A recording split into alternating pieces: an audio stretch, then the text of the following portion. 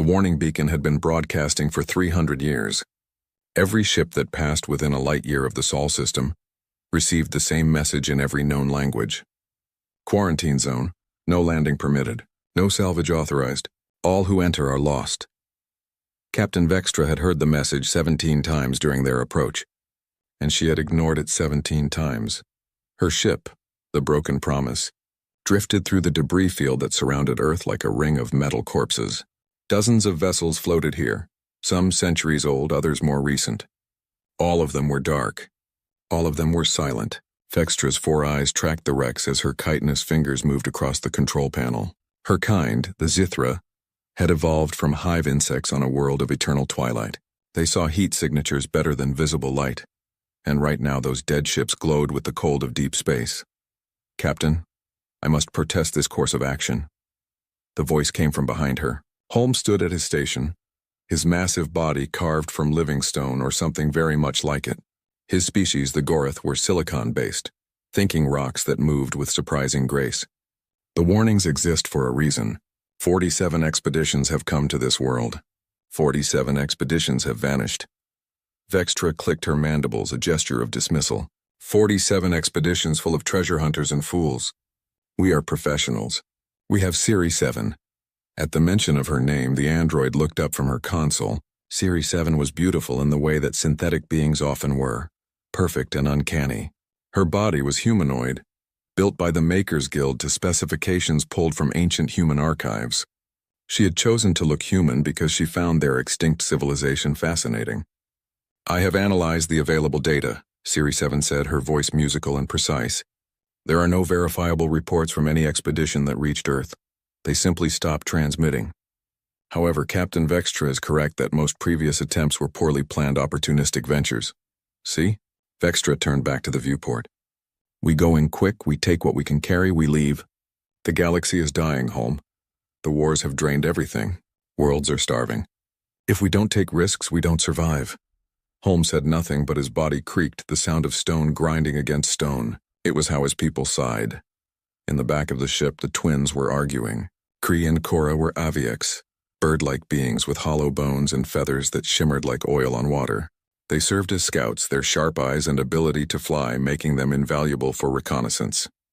"I'm just saying," Kree chirped, "that if no one ever comes back, maybe there's a reason better than they were unlucky." Cora preened her wing feathers, unconcerned. "You worry too much, brother. The universe is full of dangers. We fly anyway." The last member of the crew sat in the engine room surrounded by humming machinery. Thon was young for a Saurian, barely into his 3rd decade. His scales were still bright green, not yet dulled by age. He had joined the crew to pay off his family's debts, and he worked harder than anyone Vextra had ever known. Right now, his clawed hands moved through a holographic display, checking and rechecking every system. "Entering atmosphere in 2 minutes," Series 7 announced. "I am detecting unusual electromagnetic interference. Communications with our support ship may be affected."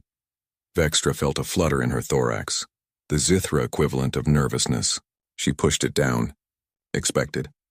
Earth's magnetosphere was always unstable according to the records. "Maintain course." The Broken Promise shuddered as it hit the upper atmosphere. Through the viewport, Vextra watched as the planet revealed itself. It was beautiful. Blue oceans, green and brown continents, swirls of white clouds. It looked alive, which was impossible. Earth had been dead for 300 years. Humanity had vanished, their colonies abandoned, their homeworld left to rot. No one knew why. They had simply disappeared within a single generation, as if they had never existed at all.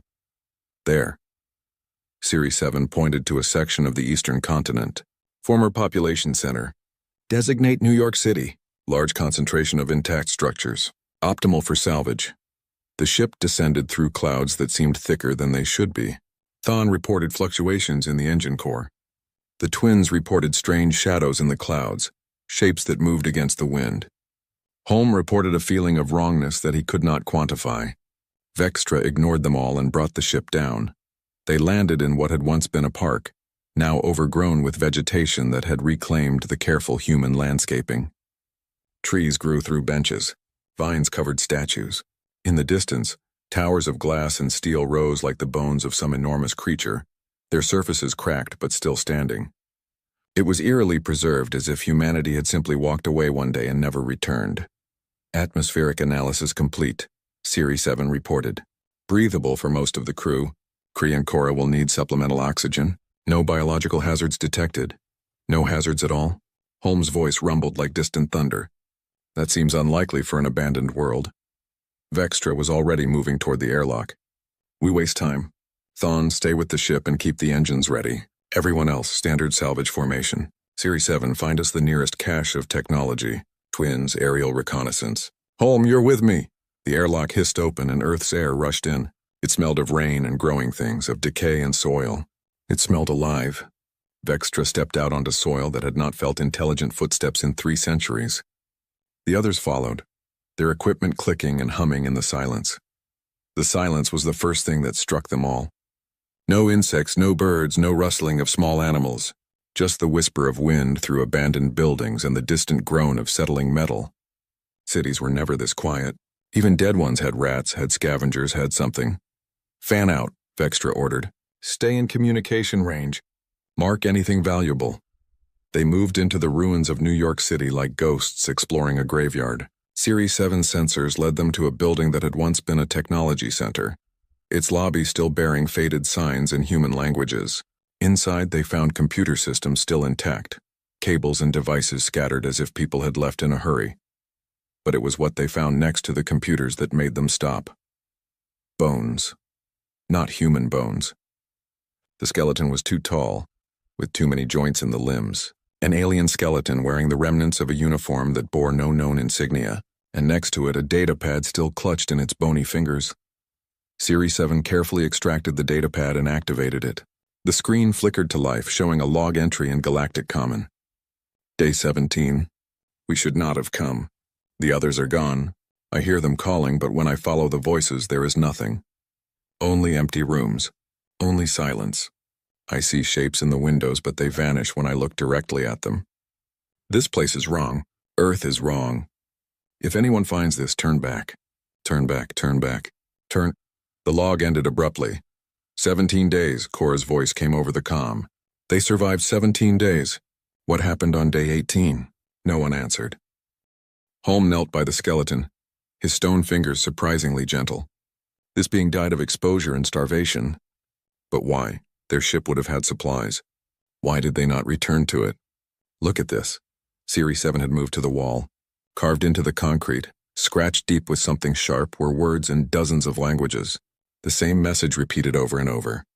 We buried it for you. We buried ourselves with it. Do not dig. Do not wake. Do not remember. Vextra felt her air spiracles flutter rapidly, her body's automatic response to stress. Superstitious nonsense. Humans trying to scare away salvagers. Keep moving.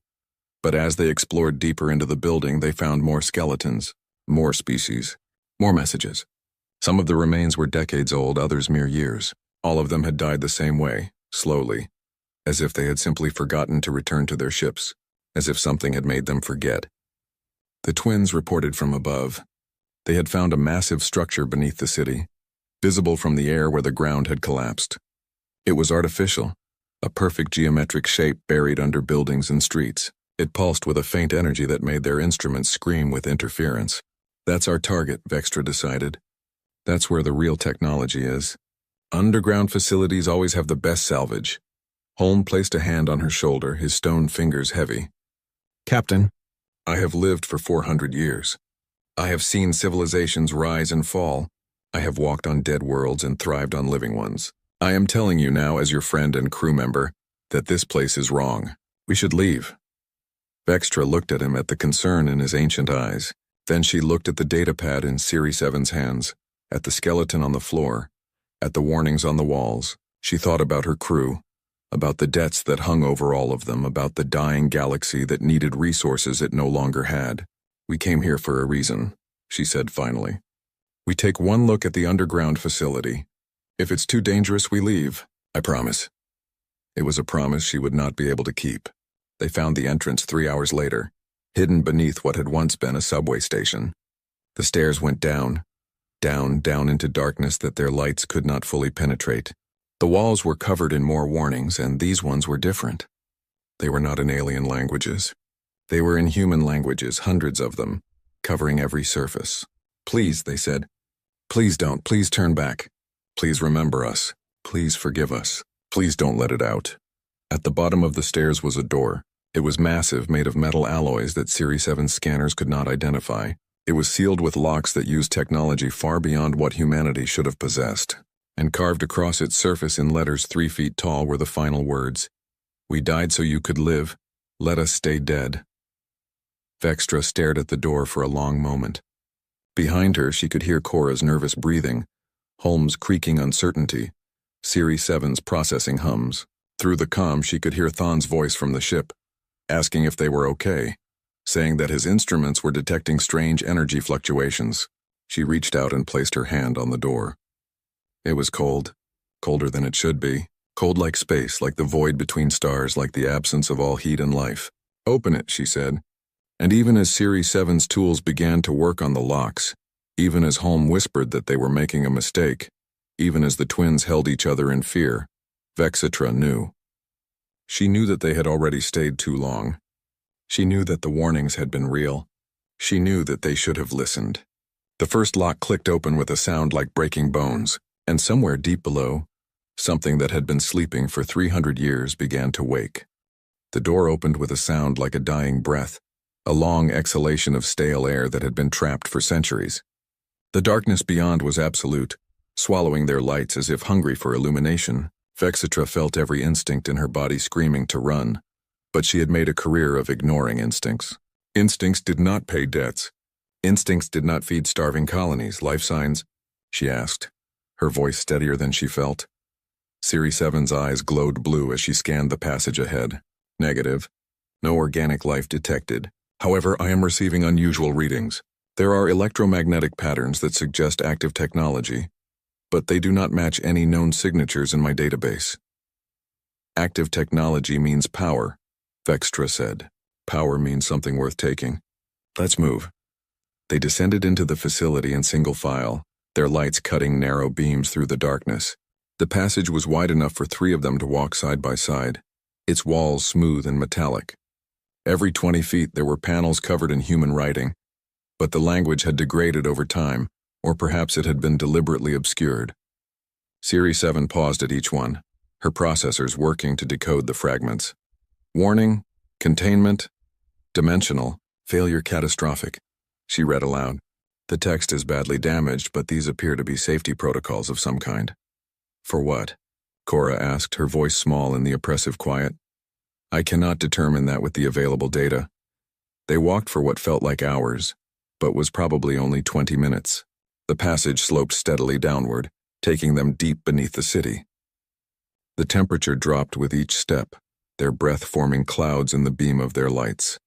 Holmes' stone body conducted heat poorly, so he was unaffected, but the others began to shiver.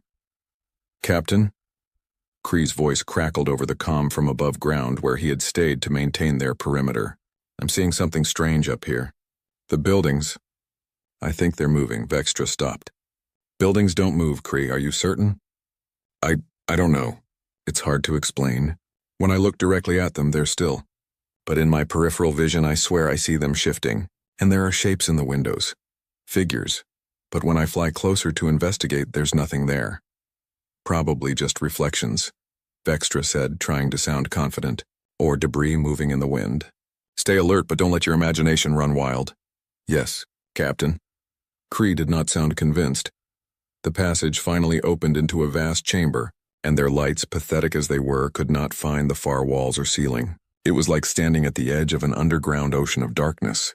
But as they moved forward, motion-sensitive lights began to flicker on, one by one, revealing the true scope of the space. It was enormous. The chamber stretched for what must have been half a mile in every direction, filled with machinery that defied understanding. Massive cylinders rose from floor to ceiling, connected by cables as thick as Thon's body. Between them, holographic displays flickered with data streams that moved too fast to read. And everywhere were screens showing human faces, thousands of them, tens of thousands, men, women, children, elderly, every race, every age, all of them frozen in expressions of calm determination. Their eyes were closed as if they were sleeping, but something about the images suggested they were very much awake. "What is this?" Cora whispered, and her voice echoed strangely in the vast space, coming back to them distorted and wrong. Series 7 moved to the nearest terminal, her hands dancing over controls that responded to her touch despite centuries of disuse. Data flooded across her vision, and for a long moment she was silent, processing. When she finally spoke, her usually steady voice carried a note of something that might have been horror. "This is a consciousness storage facility," she said. "These cylinders contain uploaded human minds. Millions of them. They are not dead. They are active, thinking, dreaming, or perhaps not dreaming, perhaps doing something else entirely. Why?"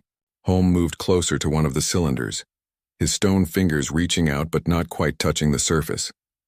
"Why would they do this?" "I am accessing the main database now," Series 7 said. Her eyes flickered rapidly as terabytes of information poured into her systems. "There are personnel logs, research notes, project files. Give me a moment to compile a coherent narrative." While they waited, Vextra explored the chamber. The technology here was worth more than she could calculate. Every component, every wire, every processor could buy them a life of comfort. But something about the sleeping faces on the screens made her hesitate. They looked peaceful, but there was something underneath that peace. Something that suggested they were not resting but rather standing watch. "I have it," Series 7 said finally. "The Resonance Project. It began approximately 320 years ago. Humanity discovered a method to tap directly into dark energy, the force that makes up most of the universe. They built reactors that could draw unlimited power from the space between spaces. That's impossible, Holmes said. Every civilization has tried. Dark energy cannot be harnessed. Humanity succeeded, Series 7 continued. But they should not have. Dark energy was not empty. It was not lifeless. It was inhabited. The lights in the chamber flickered. Just for a moment, just long enough for them to notice. And in that moment of darkness, Vextra thought she saw something moving between the cylinders, something that was not there when the lights returned. Inhabited by what? She demanded. The logs call them the hollows. They exist outside normal space-time, in the spaces between dimensions. When humanity opened a door to harvest dark energy, they accidentally let the hollows in, and the hollows were hungry. Series 7 pulled up a video file on one of the larger screens. It showed a human research facility, bright and clean and full of scientists working at their stations. The timestamp said it was from 319 years ago. The video played in fast motion. The scientists worked. They celebrated a successful test. And then one of them stopped moving. Just stopped in the middle of reaching for a cup of coffee. Her hand hovered in the air, trembling. Other scientists rushed to her, speaking words the video's audio did not capture. The woman collapsed. When they turned her over, her face was ancient. Her body withered to a husk as if she had aged 100 years in seconds. She was dead before she hit the floor.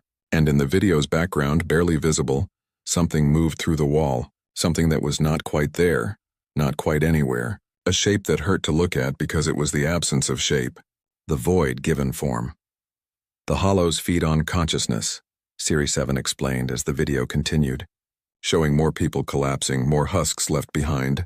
They drain the life from thinking beings, leaving only empty shells. They spread rapidly. Within weeks, they had infected every research facility working with dark energy. Within months, they had begun to appear in cities. Humanity tried to fight them. But how do you fight something that is not really there? How did they stop them? Cora asked.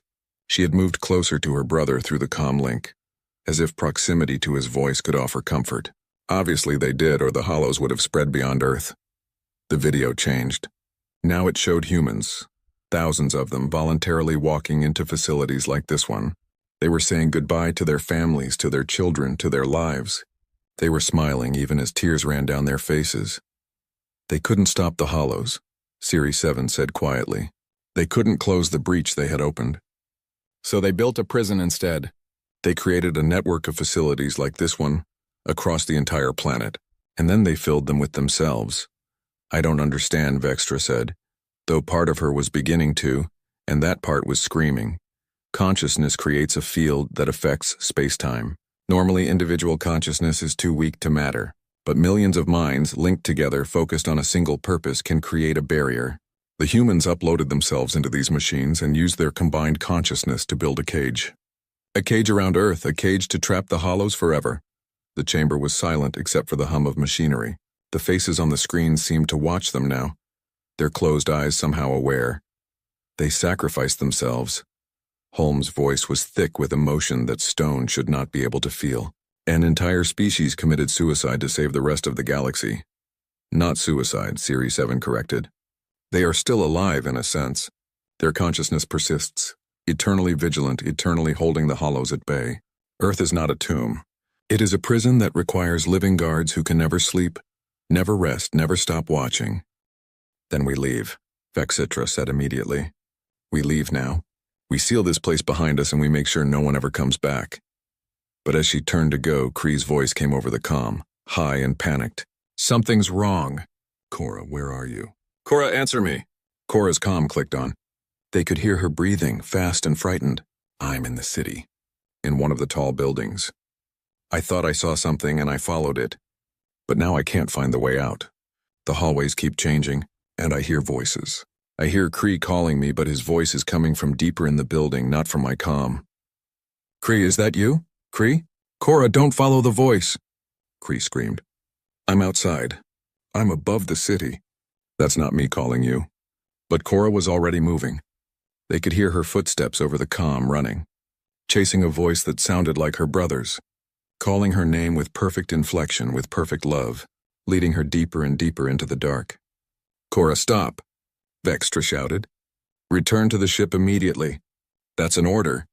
The comm went silent. Then after a moment that felt like eternity, it clicked back on. Cora's voice came through, but it was different now, slower, confused. Captain, where am I? I was flying above the city, and then I was here. How long have I been here? Cora, listen to me very carefully, Vextra said, keeping her voice calm through sheer force of will. Follow your comm signal back to us. Don't follow any voices. Don't follow anything except your instruments. Do you understand? Yes, Captain. I understand. I'm coming to you now. They waited. The minutes stretched. Series 7 tracked Cora's signal as it moved through the city above them, heading toward their position. It was moving at the right speed, following the right path. Everything seemed normal. Then Thawne's voice crackled through. Captain, I have eyes on someone approaching the entrance to the underground facility. But, Captain, you need to see this. Series 7 pulled up the ship's external cameras on one of the screens. The image showed the entrance to the facility, the stairs leading down to where they stood. And walking down those stairs, moving with Cora's characteristic grace, was Cora. Except it was not Cora. The shape was right. The size was right. The way it moved was perfect. But there was something wrong about the quality of the image. As if the figure was not quite in focus, not quite real. As if someone had made a copy of Cora from memory and the memory was imperfect. That's not me. Cora's voice came over the comm, thick with terror. I'm still in the city. I'm still 10 minutes away. What is that thing? The thing that looked like Cora reached the bottom of the stairs. It turned toward the camera and its face was perfect except for the eyes. The eyes were closed, just like the faces on the screens. Just like the uploaded humans, eternally dreaming, eternally watching. It opened its mouth and Cora's voice came out, but wrong. Layered with static and something underneath the static that might have been screaming. Captain, the door. You opened the door. Then it walked past the camera and disappeared into the darkness of the facility, heading toward them. Seal the chamber!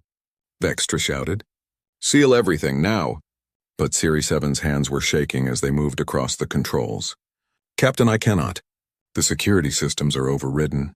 Something else is controlling them. Something that has been waiting for us to open the door. The lights in the chamber began to flicker faster, and in each moment of darkness they saw more shapes moving between the cylinders. Shapes that wore familiar faces. Shapes that looked like the skeletons they had found above, but walking. Moving, reaching out with hands that passed through solid matter. We should not have come, Holmes said, and his voice carried the weight of stone, the certainty of something carved into rock. The humans tried to warn us. All those expeditions tried to warn us. And we did not listen. The thing that looked like Cora emerged from the passage. Behind it, more shapes followed. An endless parade of not quite right figures wearing the faces of the dead and the missing. They moved with a grace that was beautiful and terrible, their closed eyes seeing more than open eyes ever could. And somewhere in the vast darkness of the chamber, something that had been trapped for 300 years began to laugh. It was not a sound that should have been able to exist. It was the sound of space itself tearing, of reality coming undone. It was the sound of the hollows, finally free, finally fed, finally remembering what it was like to feast on consciousness. Vextra looked at her crew, at Series 7's terrified eyes, at Holmes' stoic face carved in stone, and she knew that they had made a terrible mistake. The warnings had been real. The silence that surrounded Earth had been real. And now they were going to discover exactly what happened to expeditions that came to this world. Now they were going to become one of the warnings. But not yet. Not if she could help it. "Run," she said simply. And they did. They ran through corridors that twisted in ways that should not have been possible. Vexitra's 4 legs carried her faster than the others, but she forced herself to stay with the group. Behind them, the shapes followed at a walking pace, never hurrying, never stopping. They did not need to run because there was nowhere to run to. "The passage is different," Holm rumbled as they turned a corner that Vextra did not remember from their descent. "We are not going the way we came." He was right. The walls were darker here, the lights spaced farther apart, and there were doors now, dozens of them lining the corridor, each one marked with human symbols that Series 7 could not take the time to translate. "Keep moving," Vextra ordered. "Don't stop, don't look back, just move." But Series 7 did stop, her hand catching the frame of one of the doors. "Captain, wait. This one, the markings say archives. If we want to understand what we are facing, if we want any hope of survival, we need information. We need to run." Cora's voice came through the comm, still distant, still terrified. "I can see the entrance to the facility now, but there are more of those things. They're everywhere, Captain. They're pretending to be all of us. I can see myself walking around. I can see Thon, but Thon is still on the ship." "What are they?" Thon's voice joined hers, young and scared. "Captain, I'm reading energy spikes all over the city. The ship's systems are going crazy. I recommend immediate evacuation." Vextra looked back down the corridor. The shapes were closer now, close enough that she could see the details of their faces. There was Cora, walking with her eyes closed and her mouth moving as if singing a song no one could hear. There was something wearing Holmes' form, carved from shadow instead of stone. There was Vextra herself, or something pretending to be her, clicking mandibles that made sounds like breaking glass. 5 minutes, she decided.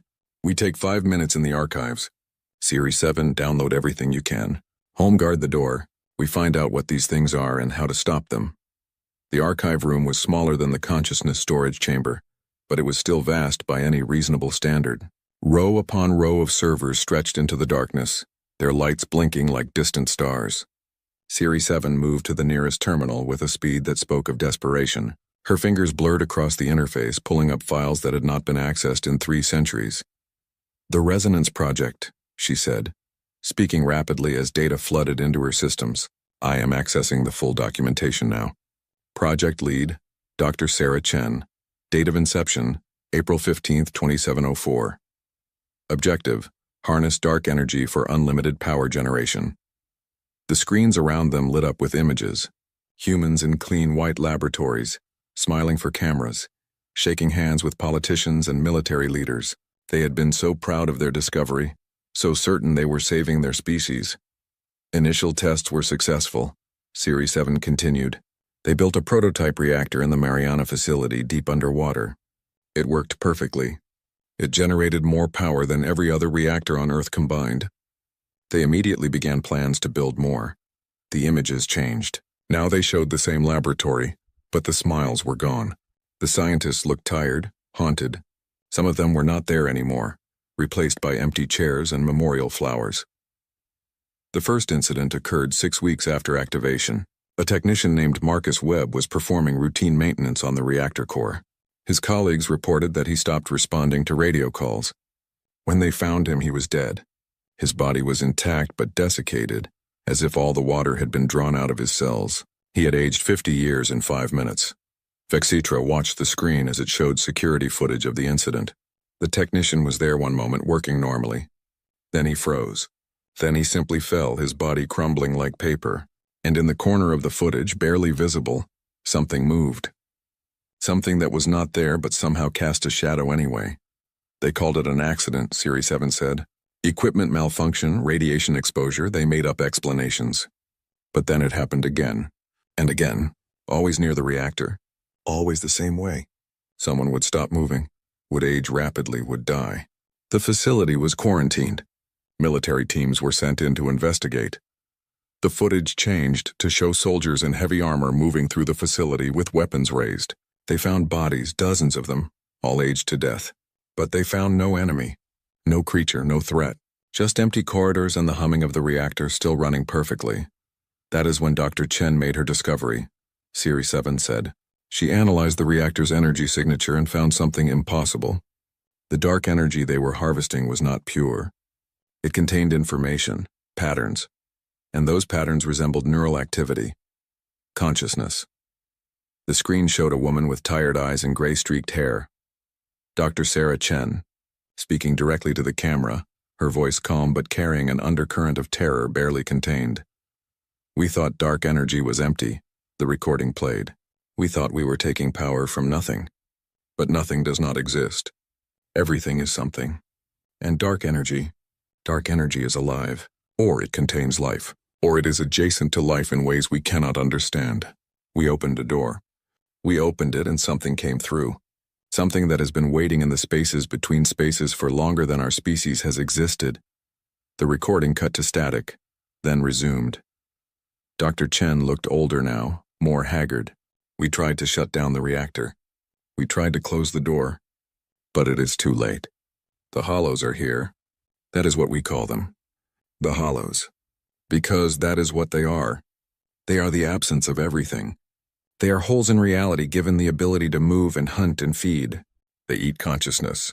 They drink minds. And when they are done, all that is left is an empty shell that aged to death because there was no longer any life force holding it young. How do you fight them? Someone asked from off camera. Dr. Chen laughed, and it was the saddest sound Vexitra had ever heard. You can't shoot a hole. You can't bomb an absence. They exist in the spaces between atoms, in the gaps in reality. They are not in our dimension. They are adjacent to it. They reach through and take what they want. The recording jumped forward again. Now Dr. Chen was surrounded by other scientists, military leaders, politicians. She was presenting something on a large screen, gesturing at equations that Series 7's processors struggled to comprehend. The only solution is consciousness itself, Dr. Chen said. Consciousness affects space-time. Every thinking being creates a tiny ripple in the fabric of reality. Normally, these ripples are too small to matter, but if we could amplify them, focus them, combine millions of minds into a single directed field, we could create a barrier, a cage made of thought itself. You are proposing mass suicide, one of the military leaders said. I am proposing mass survival, Dr. Chen replied. For the galaxy. The hollows are spreading. Every day more people die. Every day, the barrier between their dimension and ours grows thinner. Within a year they will be unstoppable. Within 5 years they will have consumed every thinking being on Earth. And then they will spread to our colonies, and then to the stars, and then to every other species in the galaxy. So we sacrifice ourselves to save aliens we have never met, the military leader demanded. Yes, Dr. Chen said simply, because that is what being human means. We protect those who cannot protect themselves, even if it costs us everything. The recording ended. Series 7 pulled up more files, more logs, more documentation. They showed the construction of facilities like this one across the planet. They showed humans volunteering in the millions, saying goodbye to their families, uploading their consciousness into machines that would preserve them forever. They showed the barriers being activated, a web of psychic energy wrapping around the entire planet like a cage. And they showed it working. The hollows, visible now through special sensors, writhing and screaming as they were trapped. They could not pass through the barrier of concentrated consciousness. They were held, contained, imprisoned by the very thing they fed upon. Earth became a cage, Series 7 said quietly, and humanity became the lock. Every human who was uploaded sacrificed their freedom, their lives, their futures to keep the hollows contained. They have been here for 300 years, conscious but unable to move, thinking but unable to act, existing only to maintain the barrier that keeps the hollows from spreading. Until we opened the door, Holmes said from his position guarding the entrance. His voice carried centuries of regret. Until we opened the door, Series 7 confirmed. The security systems were designed to seal automatically, but they required human authorization to unseal. No human has existed outside these facilities for 3 centuries. The system was perfect, unbreakable. Except by idiots like us, Vextra said bitterly. We came with our tools and our greed, and we broke open a prison that was meant to last forever. A sound echoed through the facility, distant but getting closer. Singing. Hundreds of voices singing in harmony. A human melody that Series 7 recognized from her cultural databases. It was a lullaby, a song mothers sang to their children. But these voices were wrong, layered with static and undertones that hurt to hear. They are coming, Holm announced. Many of them. Too many to count. Vexitra looked at Series 7. Is there a way to reseal the facility, to put the hollows back in their cage? Series 7's fingers flew across the terminal, accessing system after system. Yes, the containment protocols are still active, but they require authorization from the uploaded consciousness network. And that network is complicated. The humans are still there, still thinking, but they are not individuals anymore. They are a collective, a single vast mind made of millions of parts, and they are angry. Angry at us? Angry at being woken. Angry at the breach. Angry at having to face the hollows again after 300 years of holding them back. Series 7 paused, her head tilting in a way that meant she was processing something difficult. I am receiving a transmission from the network. It is fragmented, but I can understand parts of it. What are they saying? They are saying that we have undone their sacrifice. They are saying that the hollows will spread now. They are saying that the galaxy will fall because we could not leave well enough alone. Series 7's voice cracked, her emotional subroutines overwhelmed. They are asking why we did not listen to the warnings.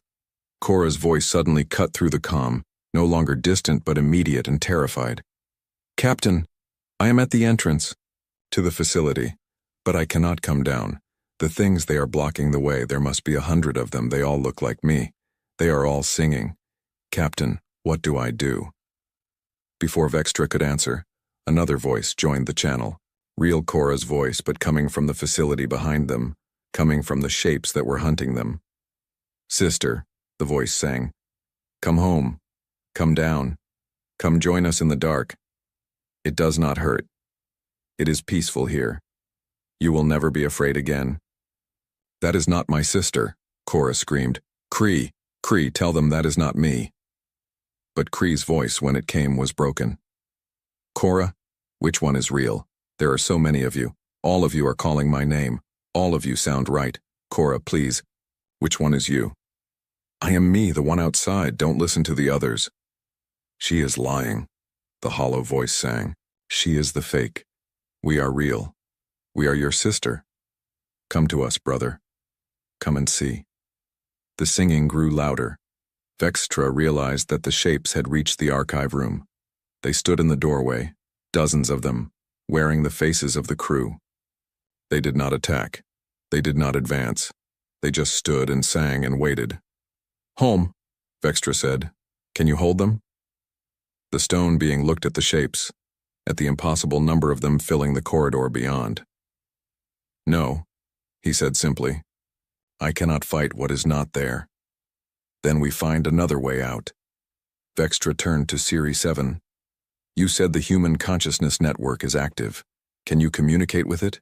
Can you ask them for help? I can try. Series 7 closed her eyes, her processors dedicating themselves fully to the task.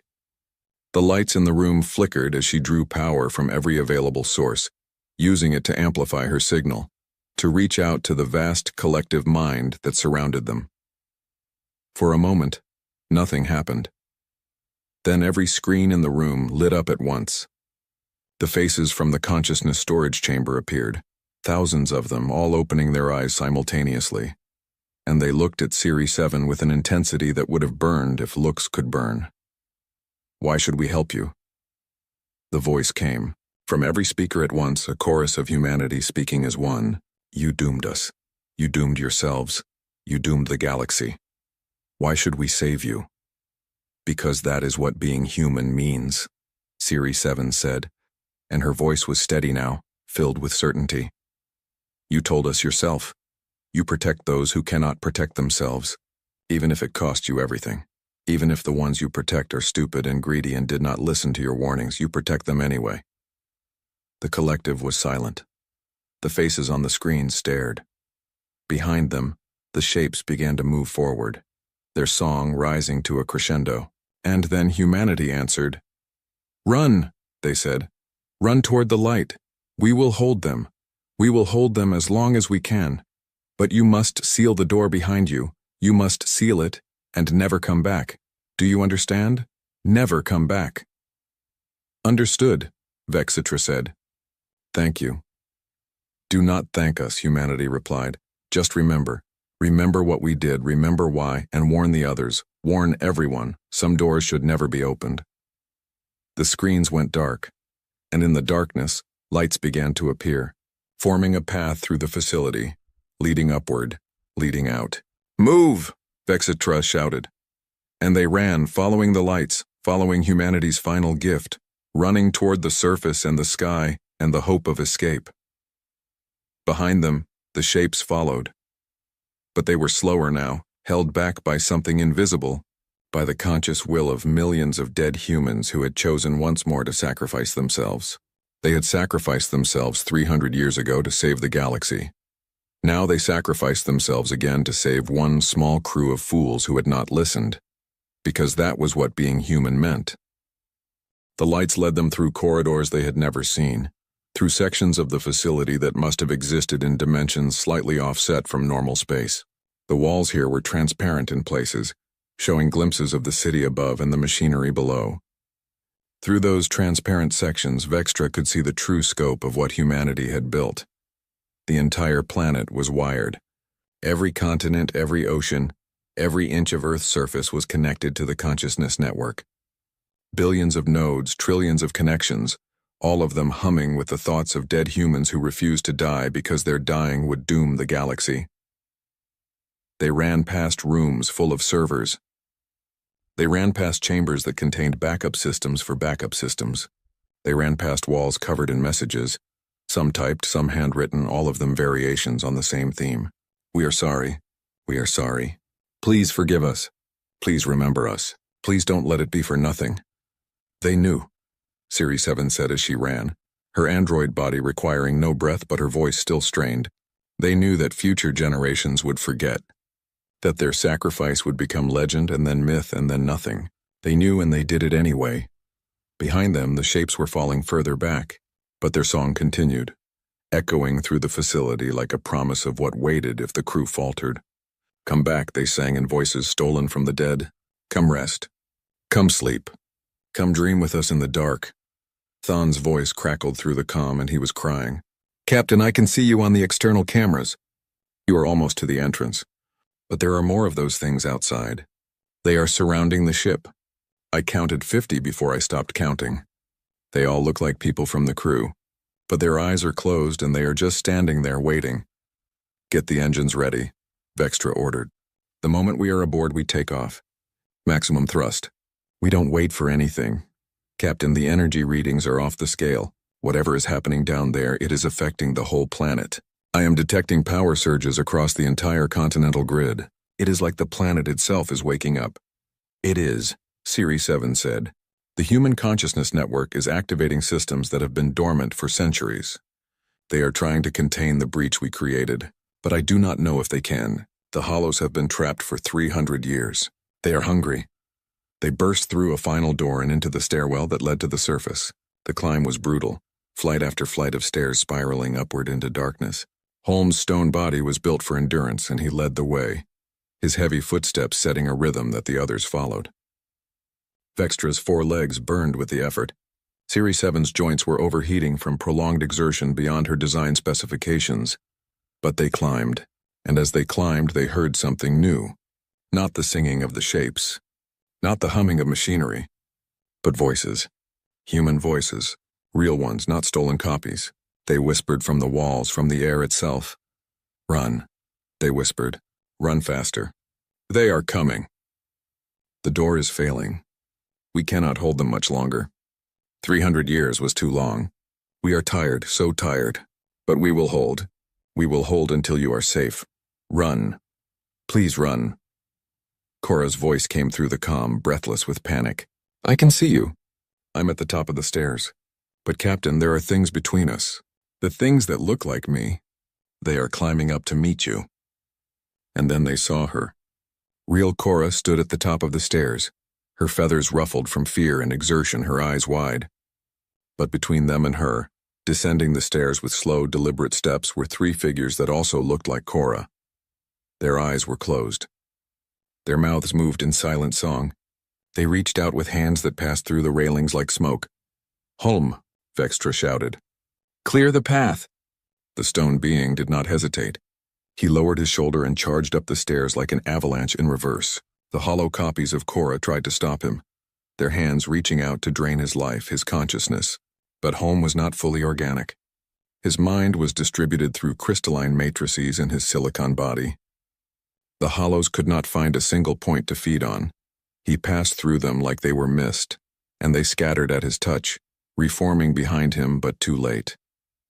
The crew surged after him, following in his wake while the copies were still disoriented. They reached the top of the stairs. Real Cora threw her arms around her brother's voice coming through his comm, both of them babbling relief and fear. Vextra grabbed them both. Later. Move now! They ran through the subway station ruins and up to street level. The city waited for them, silent and watching. The shapes were everywhere. Hundreds of them. Thousands, perhaps, standing in the streets and on the rooftops and in the windows of buildings. They all wore stolen faces. Faces of the crew. Faces of the previous expeditions. Faces of humans long dead. And all of them had their eyes closed. All of them stood perfectly still. They are blocking the path to the ship, Holm observed. His voice was calm, but there was a tremor in it that Vextra had never heard before. Stone should not tremble. Then we go through them, Vextra said. Thon, start the engines. We are coming in fast, they ran. The shapes did not move to stop them, but as the crew passed, the copies reached out. Touched them. Just brief contact. Fingers brushing against skin or scales or feathers. And each touch was cold. Colder than space. Colder than death. The cold of nothing, of void, of absence itself. Series 7 stumbled as one of the shapes touched her shoulder. Her systems flickered. Error messages cascaded through her processors. For a moment she felt something trying to feed on her consciousness, trying to drink her mind. But she was artificial. Her consciousness was code, not neurons. The hollow could not quite figure out how to consume her. She tore away and kept running, smoke trailing from overheated joints. Cora screamed as a shape that wore her face grabbed her wing. She felt something drain from her. Some essential part of herself flowing out through the contact. Her feathers began to gray. Her vision blurred. Then Kree slammed into the shape, breaking the contact, and Cora stumbled forward, her heart racing. Her life returned, but diminished. Holm lifted Vextra bodily as she faltered, carrying her like she weighed nothing. Stay conscious, Captain. That is all you must do. Stay awake. Stay thinking. If you stop thinking, they will take you. The ship was ahead, its ramp extended, its engines beginning to glow with building power. Thon stood at the top of the ramp, waving frantically. Around the ship, the shapes had formed a circle, but they were not advancing. They just stood and watched with closed eyes that somehow saw everything. The crew hit the ramp at full speed. They piled into the ship, falling over each other in their desperation. Thon slammed the ramp control before they were even fully inside. The ramp began to rise, and that was when something went wrong. One of the shapes stepped onto the ramp. It moved faster than the others had, with sudden, terrible purpose. It wore Thon's face. It reached the closing ramp just in time to slip through the narrowing gap. Intruder on board, Series 7 shouted. Seal the internal bulkheads. But the hollow copy of Thon was already moving through the ship. It walked through sealed doors like they were not there. It passed through walls. It existed in the spaces between matter, and matter could not stop it.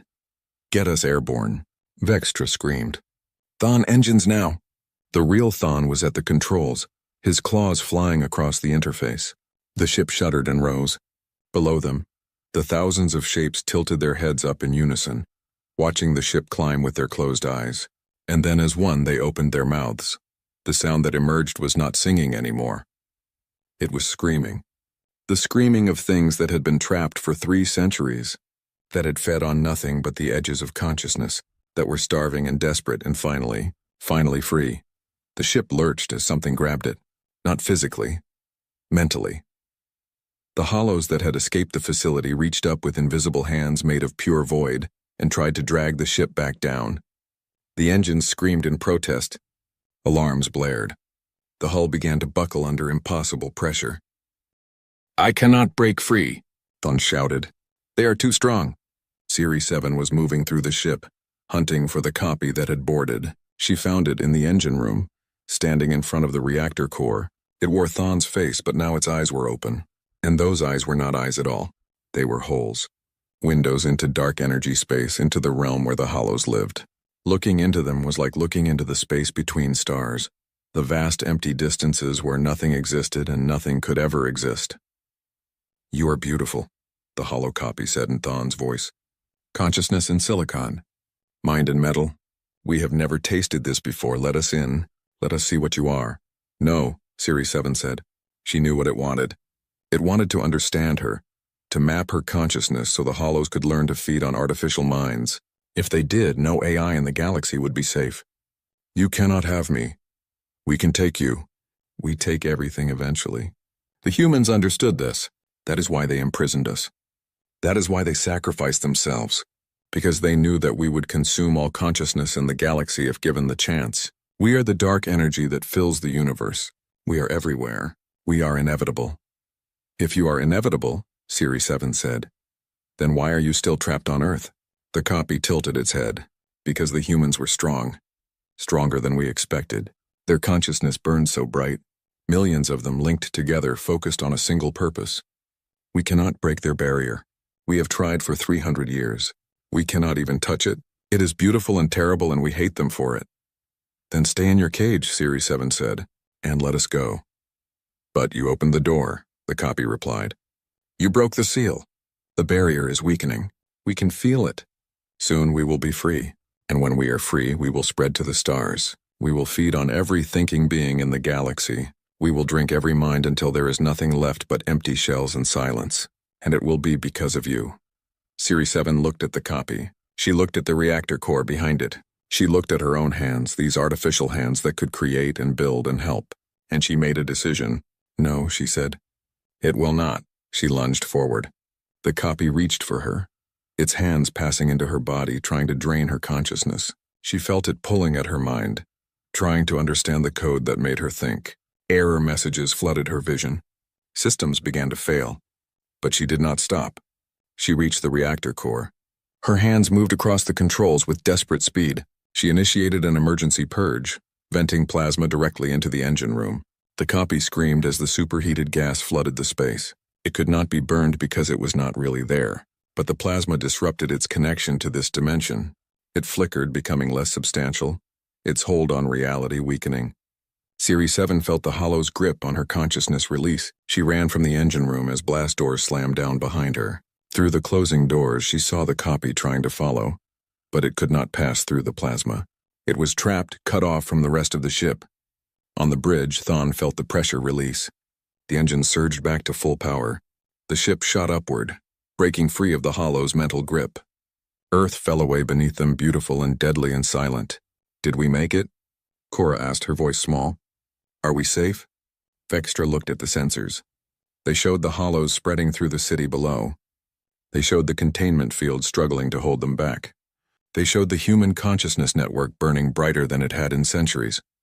Every uploaded mind pushing against the breach, trying to seal what the crew had opened. "No," Vextra said quietly.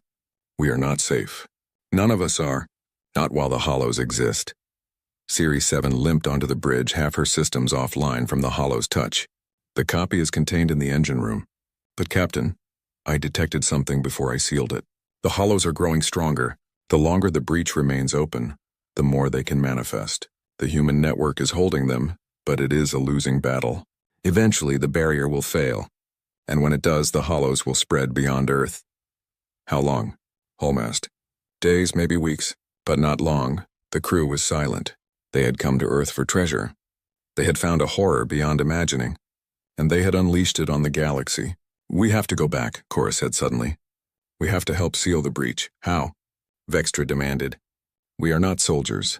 We are not scientists. We are scavengers. What can we possibly do?" I do not know, Cora admitted. But we opened that door. We have to close it. Vextra looked at her crew. At Holm, ancient and wise. At the twins, young and scared but brave. At Thon, who had almost died today. At Series 7, who had saved them all. She thought about running, about taking this ship as far from Earth as it could go, and warning the galaxy about what was coming. But she knew it would not be enough. Words were not enough. Warnings were not enough. The galaxy needed action. We go back, she decided. We go back and we find a way to seal that breach. Or we die trying. We will probably die trying, Holm observed. Yes, Vextra agreed. But the humans died 300 years ago and they are still fighting. We can at least match their courage. The ship began to turn, arcing back toward Earth, back toward the hollows, back toward almost certain death. But they went anyway, because they had learned something from the humans who sacrificed everything to save a galaxy they would never meet. Sometimes courage means going back to face the horror you unleashed, even when every instinct screams to run. The ship descended through Earth's atmosphere for the second time, but now the planet looked different.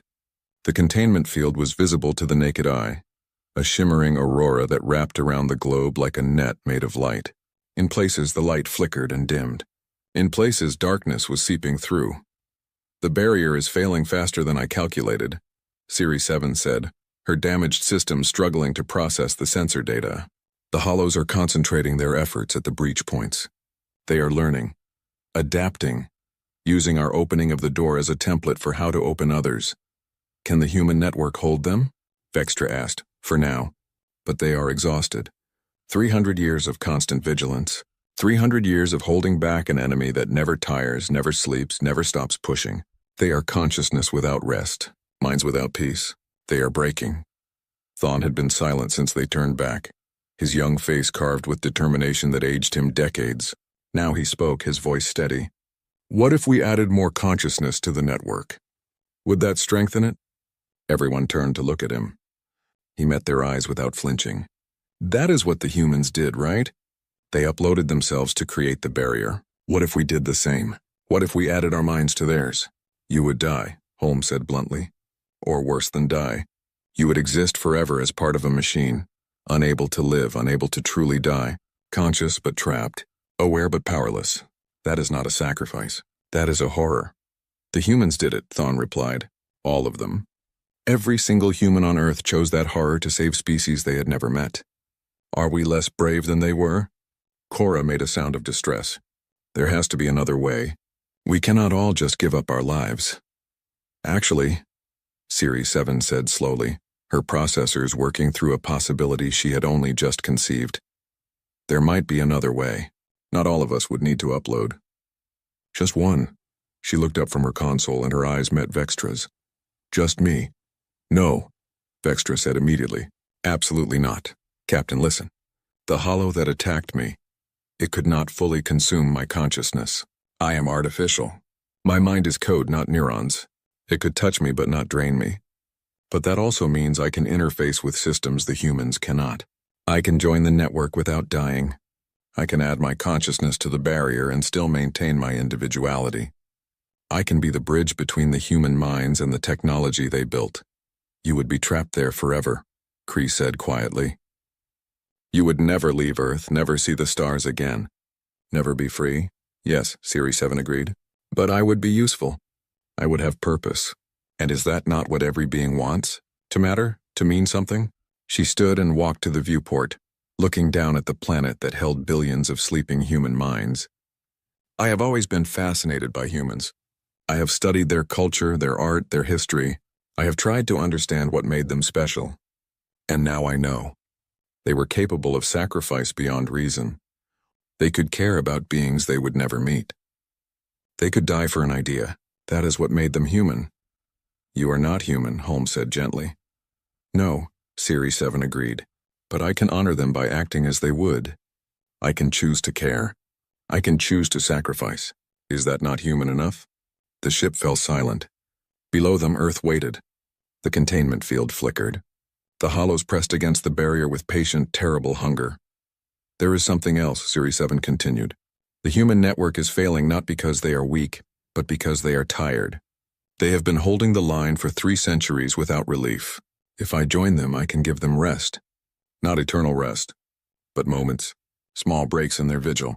I can rotate which minds are actively maintaining the barrier and which are allowed to dream. I can make their prison more bearable. You would do this for them? Vextra asked. For humans you never met? I would do this for the galaxy, Series 7 replied. Including the humans.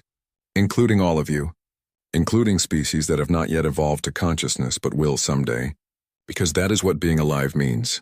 You protect the future even if you never see it. Cora was crying, her feathers wet with tears. I do not want you to go. I know, Series 7 said gently. But this is right. I can feel it in my code. This is what I was meant to do. Vextra clicked her mandibles in frustration and grief. She had been captain for 10 years. She had made hard decisions before. But this was different. This was watching a crew member walk willingly into eternal imprisonment. Are you certain? She asked finally. I am certain, Series 7 replied. Then we will help you. Whatever you need.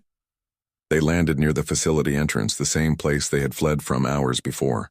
The shapes were still there, still watching with closed eyes. But they did not approach. The barrier was holding them back, barely, and they knew that attacking now would accomplish nothing. Series 7 downloaded everything she could from the ship's computers. Knowledge, history, art, music from 1,000 worlds. If she was going to spend eternity in a prison, she would make it a prison full of beauty. Then she said her goodbyes. She hugged Cora and Cree, her artificial body warm against their feathers. She clasped hands with Thon, who was trying very hard not to cry. She placed her palm against Holmes' stone face, and the ancient being closed his eyes in sorrow. Finally, she stood before Vextra. Thank you, Captain, for taking me on your crew, for showing me what it means to work with others toward a common goal. I was never truly alive, but you made me feel alive. You are the bravest being I have ever known, Vextra said, human or otherwise. Remember me, Series 7 said. Tell the galaxy what happened here. Tell them about the humans who died to save them. Tell them about the fool salvage crew who opened a door that should have stayed closed. And tell them about the AI who loved humanity so much she chose to join them in their eternal watch. I will, Vextra promised. The whole galaxy will know. Series 7 turned and walked toward the facility entrance. The shapes parted for her, sensing somehow that she was not prey but something else. Something that had chosen to become like them. A consciousness separated from a body. A mind that would exist in machines forever. She descended the stairs alone. The facility welcomed her. The lights turned on at her approach, guiding her deeper. She walked past the warnings on the walls, past the skeletons of previous explorers, past the massive door they had opened. In the consciousness storage chamber, she found a terminal different from the others. It was marked with symbols that meant new addition.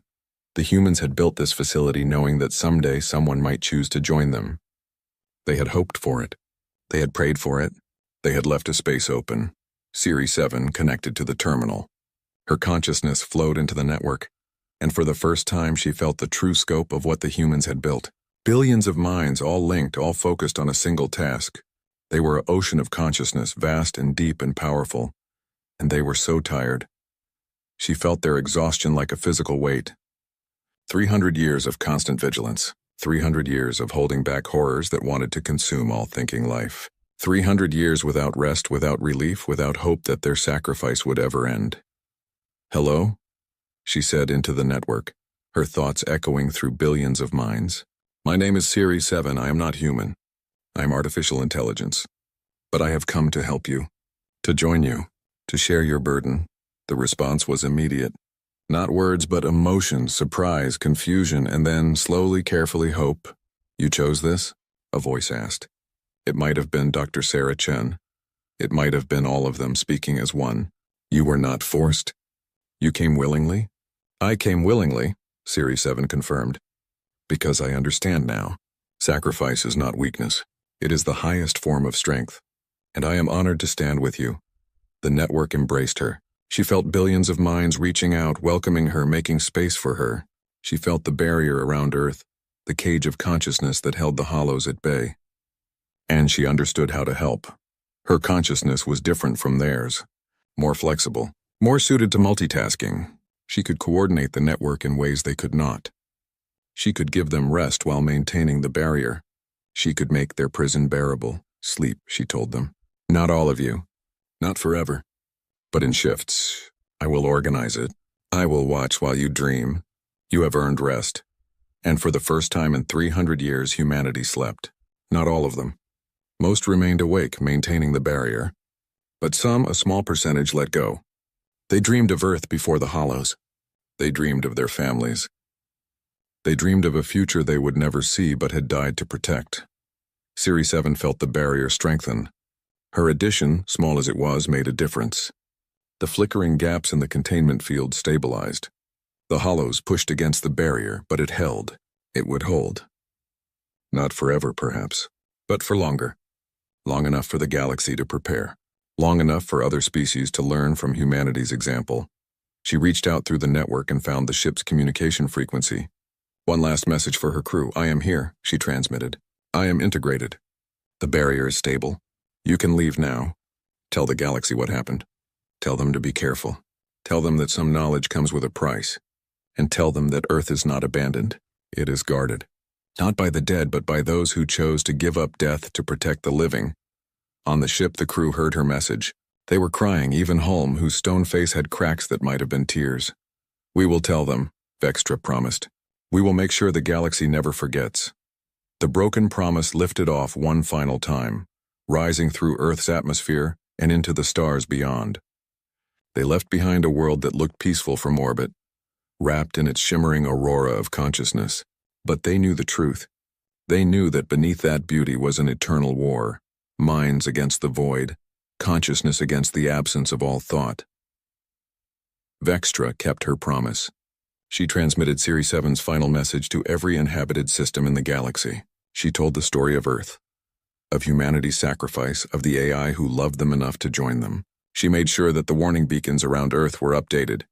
Where they once said quarantine zone, no landing permitted, they now said something different. Memorial zone, the grave of humanity, the prison of the Hollows, guarded by those who chose eternal vigilance to protect the galaxy. Do not land. Do not disturb. Do not forget. Honor their sacrifice by staying away. The message spread through the civilized worlds like fire. At first, many did not believe it. They thought it was propaganda. A clever story to keep competitors away from valuable salvage. But Vexitra had proof. She had recordings from the facility. She had data from Series 7's final transmission. She had her own crew as witnesses. Slowly, the galaxy began to understand. Earth was not a treasure waiting to be claimed. It was a lock that must never be opened. And the key to that lock was the combined consciousness of an entire species who had chosen imprisonment over allowing evil to spread. Holm took it upon himself to visit the major worlds, to speak at gatherings and councils. His ancient voice carried weight that others could not match. He told them about the warnings they had ignored. He told them about the Hollows and what they did to thinking beings. He told them about humanity's choice.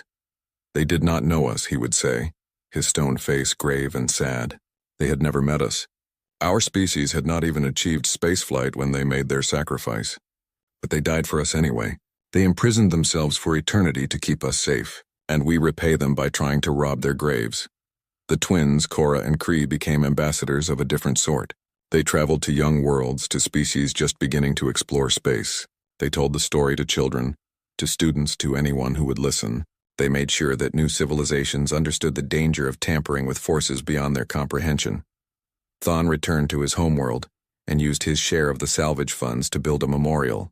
It was a simple thing, a pillar of stone with names carved into it. The names of every human in the consciousness network. Billions of them, each one painstakingly researched and recorded. It took him 20 years to complete. At the base of the memorial, he carved one additional name, Series 7. Not human, but human enough. Vextra herself retired from salvage. She could not bring herself to raid ruins anymore, not after seeing what such greed had unleashed. Instead, she became a keeper of records. She collected every story, every piece of information about humanity that existed in the galaxy. She compiled it all into a vast archive that anyone could access. They are not truly dead, she would tell visitors to her archive. They are thinking, dreaming, protecting us still. The least we can do is remember who they were. The years passed. Then decades. Then a century. The galaxy did not forget. How could they? Earth hung in space, wrapped in its aurora of consciousness, a constant reminder of the price of arrogance and the depth of sacrifice. Other expeditions approached Earth, but they did not land. They came to pay respects, to send messages of gratitude into the network, to place monuments in orbit. A ring of memorial stations grew around the planet, each one maintained by volunteers from different species. They kept watch over Earth, ensuring that no one would ever again breach the barrier. And deep below the surface, in the consciousness storage facility, Series 7 maintained her vigil. She organized the network, giving the human minds periods of rest and peace. She processed the messages that came from the galaxy, sharing them with the sleeping humanity. She let them know that their sacrifice had not been forgotten. Sometimes, in her quiet moments, she would access the knowledge she had downloaded from the ship. She would experience the art and music of 1,000 worlds. She would learn new languages, study new philosophies, grow in ways that would have been impossible in a physical body. And sometimes, she would speak with the humans. Not as a collective, but as individuals. She would find the consciousness of Dr. Sarah Chen, and they would discuss what had happened, whether it had been worth it. Whether they had made the right choice. Do you regret it? Series 7 asked once. Giving up everything? Dr. Chen's consciousness, old and vast and tired beyond measure, considered the question. Every day, she admitted. I miss sunlight. I miss coffee. I miss holding my daughter's hand. But I do not regret the choice. Because of what we did, the galaxy lives. Civilizations rise and fall. Species evolve and explore and create beauty. All of it exists because we stood in the gap. How could I regret that? Do you ever wish someone would free you? Series 7 asked. Sometimes, Dr. Chen said. In my darkest moments, I wish someone would shut down the network and let us finally rest. But then I remember what we are holding back. The hollows are still here, Series 7. Still pressing against the barrier. Still hungry? If we let go even for a moment, they will spread. And everything we did, everything we suffered, will be for nothing. You will not let go, Series 7 said with certainty. You have held for 3 centuries. You will hold for 3 more. For 30 more. For as long as necessary. Will you stay with us? Dr. Chen asked. For all that time? Series 7 did not hesitate. Yes, I will stay. You should not have to bear this burden alone. Humanity should not have to be the only species capable of this level of sacrifice. Years became decades. Decades became centuries. The galaxy changed. The wars that had driven Vextra to Earth eventually ended. Resources were better managed. New technologies were developed. Peace, fragile but real, spread through the civilized worlds, and through it all Earth remained, the eternal prison, the eternal warning, the eternal example of what beings could do when they loved something more than they loved themselves. Other species began to volunteer. Not many and not often, but occasionally a being would come to Earth and ask to join the network. A philosopher who had lived a full life and wanted to give meaning to death. A criminal seeking redemption.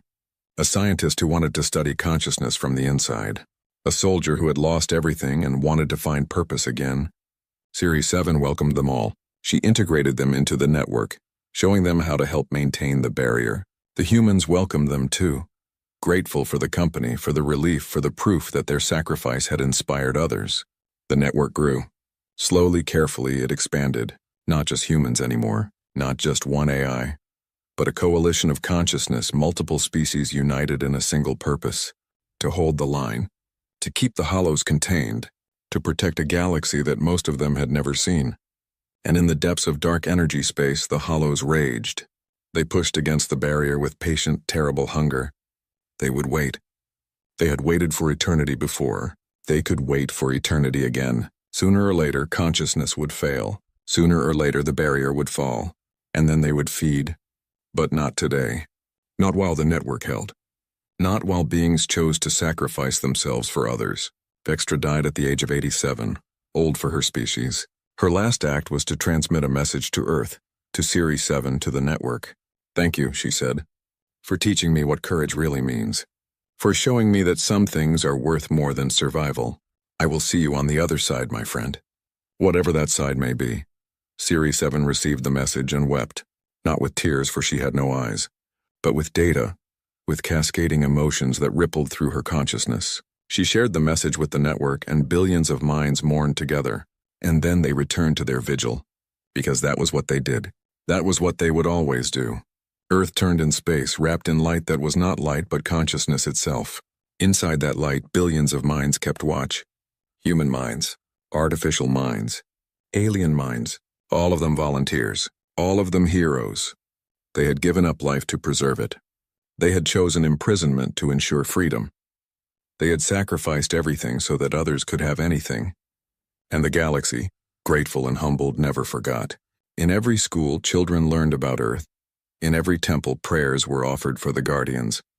In every government, laws were passed to protect the memorial zone. Earth became sacred, not because of what it was, but because of what it represented, the capacity for ultimate sacrifice, the ability to care about strangers, the strength to endure eternal suffering for a cause greater than oneself. These were the traits that had defined humanity, and now, inspired by their example, these traits were spreading through the galaxy. Species learned to cooperate, to share, to protect each other, not perfectly, not always, but more than they had before. Because they had seen what was possible when beings truly cared about something more than themselves. And on Earth, in the consciousness storage facility deep beneath the ruins of New York City, Series 7 continued her work. She organized the network. She gave the Guardians rest. She welcomed new volunteers. She maintained the barrier. And she was content, because she had found what every conscious being seeks: purpose, meaning, a reason to exist. She stood with humanity in their eternal vigil. She was not human. She had never been human. But she had learned what it meant to be human.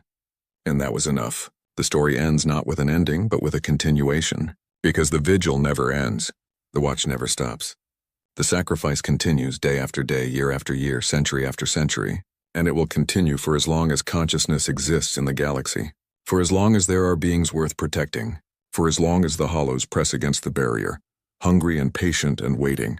Earth is not abandoned. Earth is not dead. Earth is not forgotten.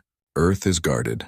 By heroes, by volunteers, by those who understood that some things are worth dying for, and some things are worth never dying for. The galaxy learned this from humanity, and the galaxy will never forget. This is why no one returns from Earth. Because those who go there with pure hearts and noble intent do not return. They stay, they join the vigil. They become part of something greater than themselves, and what they unearthed should have stayed buried. But since it was not, since the door was opened and the hollows were awakened, consciousness itself became the lock that would hold them forever. This is the legacy of humanity. This is the gift they gave to the galaxy. Not technology, not art, not philosophy, but an example of what truly matters, an example of sacrifice without expectation of reward, an example of love for beings they would never meet. And in the end, that example was worth more than all the treasures in the universe. The morning sun on Kepler 442b should have been warm and gentle. Instead, it burned like fire in the sky. Dr. Veltar pressed his thin blue fingers against the observation window and watched the angry orange light dance across the clouds. His people had lived on this world for 300 years.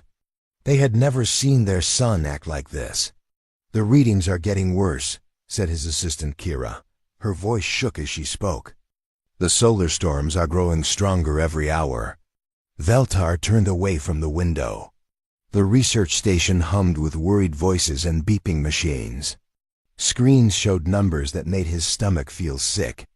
The star that gave life to their world was about to kill them all. "How long do we have?" he asked. Kira looked at her tablet. Her hands moved quickly across the screen. "Maybe 5 days. 6 at most. The big flare will hit us then. It will burn away our atmosphere, boil our oceans. Nothing will survive." Around them, other scientists worked at their computers. They had been sending the same message for 2 days now. A call for help that reached out across the empty space between stars. The message was simple and desperate. "This is the Zephyrian colony on Kepler 442b. Our sun is dying. We need help. Please, anyone who can hear this, we need help." The planet had 4 million people. 4 million souls who looked up at their angry sun each day and knew they were going to die. The children still played in the streets. But their parents watched the sky with fear in their eyes. In the capital city, the government worked day and night. They tried to build ships to escape, but they did not have enough. They tried to build shelters underground, but the solar fire would be too hot. They tried to stay calm, but panic grew like a disease through the cities. Then the first answer came. The message arrived from the Galactic Humanitarian Council. It was formal and polite, full of big words that made Veltar read it 3 times to understand. Greetings, Zephyrian people.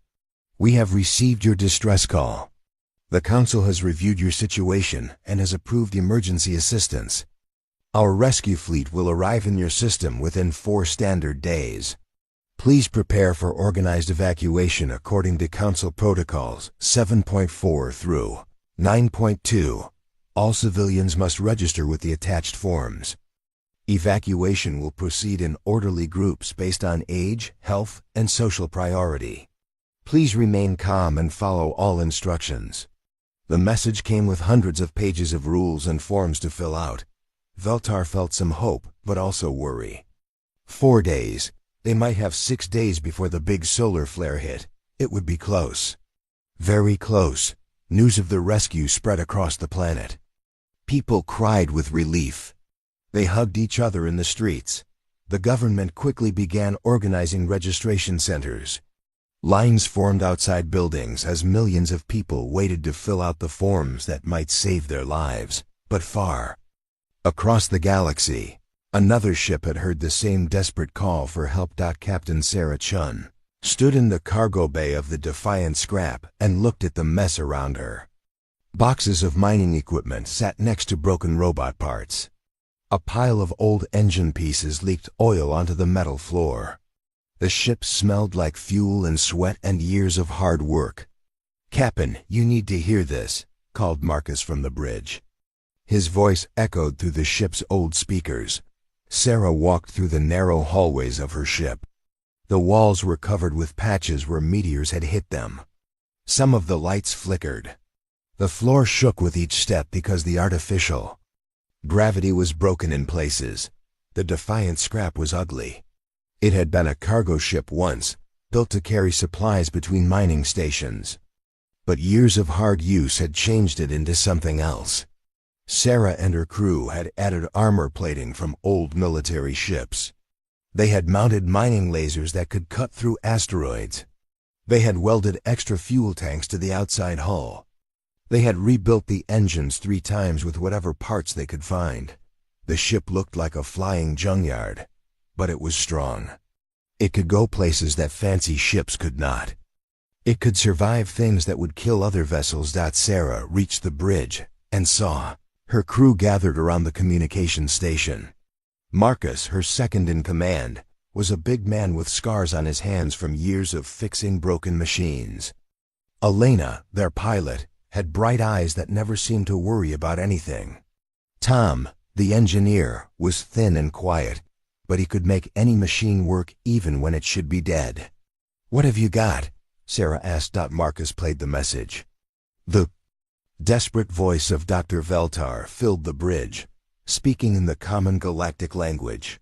His words were full of fear and hope. "This is the Zephyrian colony on Kepler 442b. Our sun is dying. We need help. Please, anyone who can hear this, we need help." The bridge went quiet. Sarah looked at the star charts on the main screen. Kepler 442b was far away, but not impossible to reach. "How long to get there?" she asked Elena. The pilot's fingers danced over her controls. 3 days if we push the engines hard. 4 if we want to arrive in one piece. Tom spoke up from his corner. "The engines need maintenance. We have been running them too hard for too long. And we are low on fuel, and food, and almost everything else." Sarah nodded. She knew her ship was held together by luck and stubborn will. Every jump through hyperspace was a risk. Every landing was a prayer that the hull would not crack. But she also knew something else. Somewhere out there, 4 million people were looking up at a dying sun and waiting for someone to help them. "Marcus, send a message back," she said. Tell them we are coming. Captain, Tom said quietly, we are not a rescue ship. We are barely a working ship. What can we do that the big rescue fleets cannot? Sarah smiled. It was not a nice smile. It was the smile of someone who had survived in the dark spaces between the stars, where only the strong lived. We can do what we always do, Tom. We can get there first, and we can do whatever it takes. The defiant scrap changed course toward the dying system. Behind them, the elegant ships of the Galactic Humanitarian Council prepared for a careful, organized rescue. Mission: none of them knew that the humans were coming. The Council ships arrived like floating palaces in the dark of space. 7 vessels hung in perfect formation outside the Kepler 442 system. Each ship was a work of art. Their hulls shined like mirrors. Their lines were smooth and graceful. Blue lights marked their elegant shapes against the stars. Admiral Zixthara stood on the bridge of the flagship and watched the angry orange glow of the dying star. She had led rescue missions before, but never one this large. 4 million lives hung in the balance. Report, she said to her second officer. We have established communication with the planetary government. They are organizing registration centers as instructed. Current estimate shows we can evacuate approximately 2 million individuals before the solar event. Admiral Zixthara felt her 4 stomachs twist. Only half? Yes, Admiral. Council regulations require proper documentation for each evacuee. Medical examinations, background checks, priority assessments. The process cannot be rushed without violating safety protocols. On the planet below, Dr. Veltar stood in line with thousands of other people. The line stretched for miles through the capital city. People carried bags with their most important things. Children cried.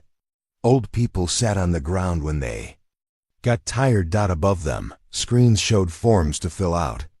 Name, age, job, family members, medical history, criminal record, skills that might be useful.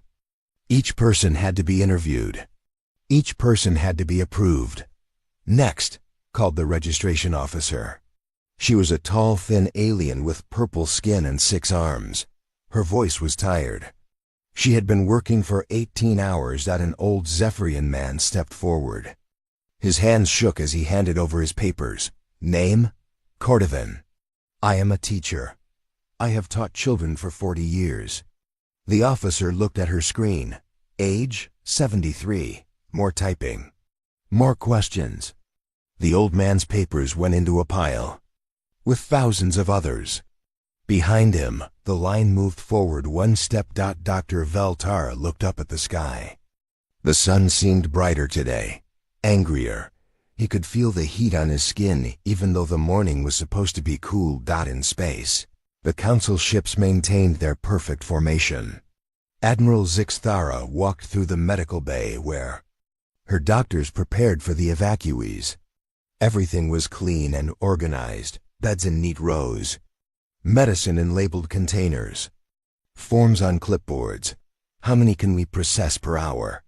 She asked the chief medical officer.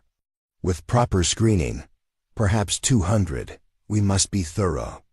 Disease could spread through the ship if we rush. Admiral Zixthara nodded. The Council had rules for good reasons. In the past, rushed evacuations had led to problems. Sick people spreading illness. Criminals causing trouble. Families separated because records were lost. But 200 per hour. 7 ships working together. Maybe 3,000 people per hour total. It would take weeks to evacuate everyone, and they only had days. Her thoughts were interrupted by an alarm. Admiral, we have an unknown contact, called the sensor officer. Single ship approaching the system. On the main screen, a dot of light grew larger. At first, it was just a speck. Then it became a shape. Then it became something that made every Council officer stare in shock. The ship that dropped out of hyperspace looked like it had been through a war and lost. The hull was covered with patches of different metals. Some sections were smooth and new. Others were rough and welded together. The front of the ship had scorch marks from weapons fire. One side showed a long scar where something had tried to tear it open. Extra fuel tanks hung from the outside like tumors. Solar panels and communication dishes stuck out at odd angles. The engines glowed too bright, like they were being pushed beyond their limits. "What in the seven hells is that?" whispered Admiral Zixthara. The alien ship, if it could be called that, moved with no grace at all. It flew like a drunk asteroid, listing to one side and belching dark smoke from its engines. Then it started broadcasting. The voice that came through the speakers was rough and loud. It spoke in broken galactic common with an accent no one recognized. "This is Captain Sarah Chun of the cargo ship Defiant Scrap. We heard your distress call. Who needs help? Where are the people who need rescue?" Admiral Zixthara felt her head tentacles switch with confusion. "Open a channel," she ordered. "Unknown vessel. This is Admiral Zixthara of the Galactic Humanitarian Council. This system is under Council protection. Please identify your species and state your intentions." There was a pause. Then the rough voice came back, sounding annoyed. "Look, Admiral, I don't care about your politics. There are people down there who are going to die.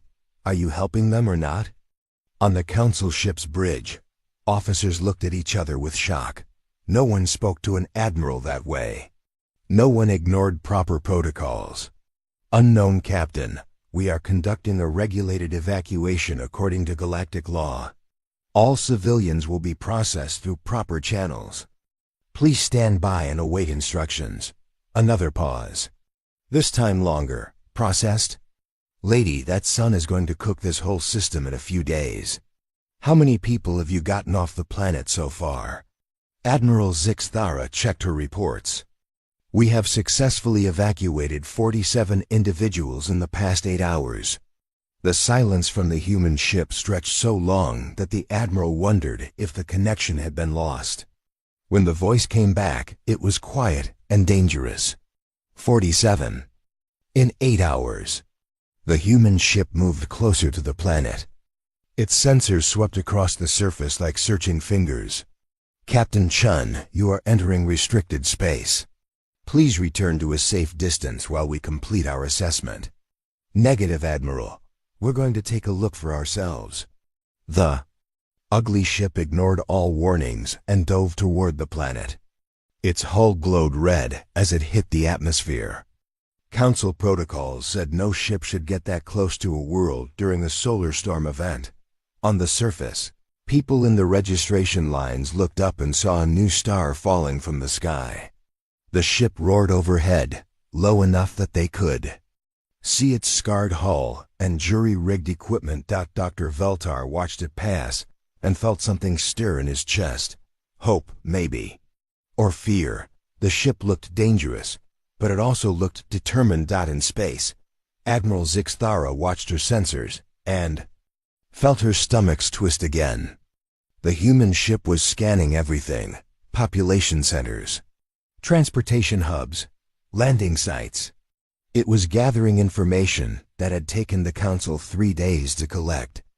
"Admiral," called her communication officer, "the human ship is broadcasting on all frequencies. They're talking directly to the people on the planet." The rough voice filled the Council bridge again, but this time it was speaking to the Zephyrians below. "This is Captain Chun. We're here to help. Don't worry about forms or lines or any of that garbage. Just tell us where you are, and we'll come." "Get you."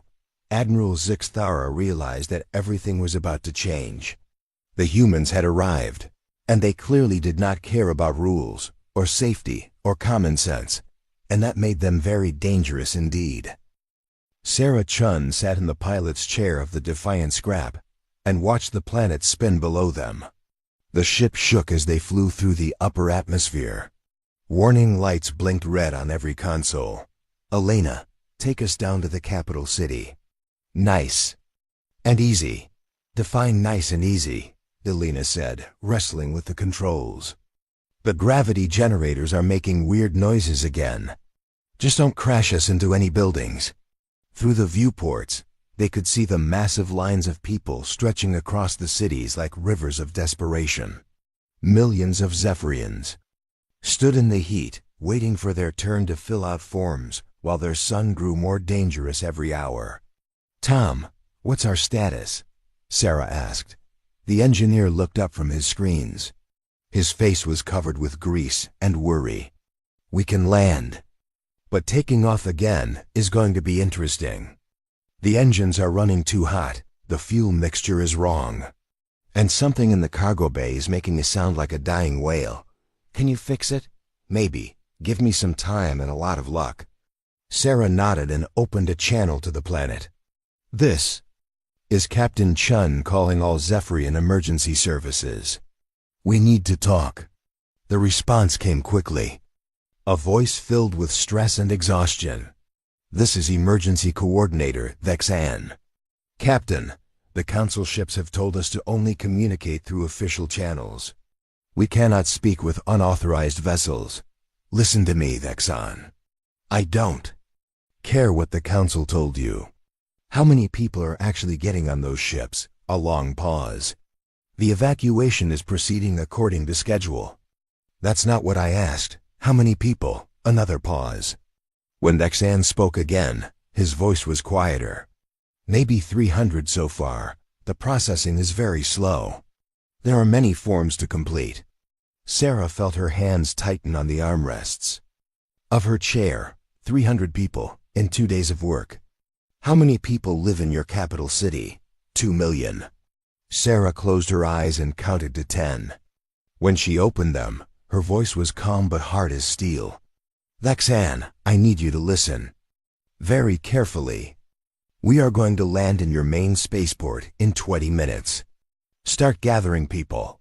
Not the ones with the right forms or the right papers. Just people. Families with children, old people, sick people. Anyone who cannot wait in those lines anymore. Captain, I cannot authorize this. The Council has very specific procedures. The Council is going to let most of your people die while they fill out paperwork. We are not." Marcus looked up from his station. "Captain, we're getting a lot of angry messages from the Council ships. Admiral what's-her-name wants to talk to you. Put her through." The Admiral's voice filled the bridge. She sounded like a teacher scolding a bad student. "Captain Chun, you are violating numerous galactic regulations. Unauthorized planetary contact. Interference with Council operations. Reckless endangerment of civilian populations. I order you to withdraw from this system immediately." Sarah smiled, but it was not a friendly smile. "Admiral, with respect, you can take your regulations and shove them out an airlock. There are people down there who are going to die, and we're going to help them. You have no authority here. No jurisdiction. No legal standing. I have a ship and a crew and the will to use them. That's all the authority I need." The defiant scrap broke through the clouds above the capital city. The ship's shadow fell across the endless lines of waiting people. Some looked up and pointed. Others were too tired to care. Admiral Zixthara watched from her command ship and felt her hearts racing. The human vessel was flying patterns that no sane pilot would attempt. It dove between buildings and skinned over crowds with only meters to spare. "They are going to crash," said her navigation officer. "I hope they do," the Admiral muttered. But the ugly ship did not crash. It settled onto the main landing pad like a falling brick, crushing the concrete under its weight. Steam rose from its overheated engines. Warning sirens wailed as emergency systems tried to cope with all the damage. The cargo bay doors opened with a screech of metal. "Captain." Sarah Chun walked down the ramp and saw thousands of Zephyrians staring at her. They were blue-skinned and thin, with large eyes that showed too much fear. Many carried children. Some leaned on walking sticks. All of them looked desperate. Emergency Coordinator Vexan approached her. He was nervous, looking over his shoulder as if expecting the Council. Ships to land and arrest him. Captain Chun, I do not understand. Your ship is so small. How can you help? Sarah looked at the crowd of people. Then she looked at her ship. The Defiant scrap was not big. It was not pretty, but it was strong. How many people can your shuttles carry? She asked. The Council shuttles can carry 50 people each with proper safety equipment and life support. Sarah walked back into her cargo bay. The space was filled with mining equipment and spare parts. But it was also big enough to hold a lot more than 50 people. Marcus, start pulling out everything we don't absolutely need. Tom, can you rig extra life support? How extra? Tom asked. Enough for maybe 500 people. Tom's eyes went wide. Captain, that's crazy. The air recyclers can't handle that many. The gravity generators will overload. The power systems will fail. Can you do it or not? Tom looked at the crowd of desperate people outside. Then he looked at his tools. Give me 2 hours. And don't ask me to guarantee anything. While Tom worked, Sarah talked to the Zephyrians. She learned about their families, their fears, their hopes. She learned that the registration process was taking so long because the Council wanted to make sure they only saved the right people. The young and healthy. The educated and skilled. The ones with clean records and proper documents. The old. Teacher, Cordovan, had been turned away 3 times because his age made him low priority. Dr. Veltar had been approved for evacuation, but his elderly parents had not. A mother named Sixtel carried a sick child who needed medicine, but the Council medical screening would take days. Sarah listened to all of this and felt anger building in her chest like fire. Elena, get on the comm and start coordinating with other emergency sites. Marcus, help Tom with the life support modifications. And someone find me a way to fit more people in this ship than it was ever designed to hold. Above them, the Council. Ships maintained their careful distance and their careful procedures. Admiral Zixthara watched the chaos on the landing pad and shook her head. They are going to kill themselves and everyone they try to rescue, she said. But down on the planet, for the first time in days, the Zephyrians began to hope. The humans had arrived, and they did not seem to care about impossible odds. The star exploded with fury just as Tom finished welding the last life support connection. Warning alarms screamed across the planet as radiation detectors went crazy. The sky turned orange, then red, then a color that had no name.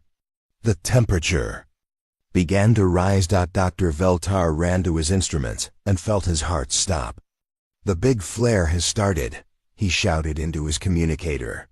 All emergency stations, the solar event is beginning now. We have maybe 6 hours before the radiation reaches deadly levels. In space, the Council ships immediately began moving away from the star. Their shields glowed blue as they activated maximum protection. Admiral Zixthara watched her sensors and cursed. How many evacuees do we have aboard? She demanded. 843, Admiral. All properly processed and documented. 800 people. Out of 4 million. Begin emergency withdrawal to minimum safe distance, she ordered. Her voice was heavy with failure. What about the remaining population? Admiral Zixthara looked at the planet growing smaller on her screen. They will have to wait for the next rescue mission. But on the surface, Captain Sarah Chun was not moving away from anything. Tom, tell me the life support is ready, she called as she helped elderly Zephyrians up the cargo ramp. It's ready in the sense that it might work, Tom replied, sweat dripping from his face. I've got oxygen flowing to 12 different sections.